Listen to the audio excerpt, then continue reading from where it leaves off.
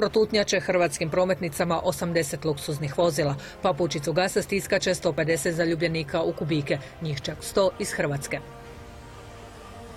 Pink Wing projekt je 100% hrvatski. Radimo na promidžbi Hrvatske, na hrvatskim gradovima, na hrvatskim ljepotama, pozicioniramo Hrvatsku kao luksuznu destinaciju i nudimo jedan novi tip turizma. Limene će mrcine vlasnici parkirati u 3 hrvatska grada. VIP goste dočekat će s najjačim adutima. Orgulje u Zadru, fontane u Zagrebu, kod Burića ovdje, žičare. A u limenoj karavani svi su redom dubokog džepa. To su ljudi striktno iz poslovne branše, to su ljudi čije korporacije i čiji poslovi vuku za sobom tisuće ljudi zaposlenih. Gostovanje Pink Winga potvrdilo je i novi stil Šibenika. Piše se poruka da grad Šibenik, uz naravno Zadar i Zagreb, pa ja bih rekao i Hrvatska, je interesantna turistička destinacija i za izbirljiviju klijentelu. Jedinstveni turističko-gastronomski sportski događaj pripremao se godinu dana. On sa sobom dovodi goste više platežne moći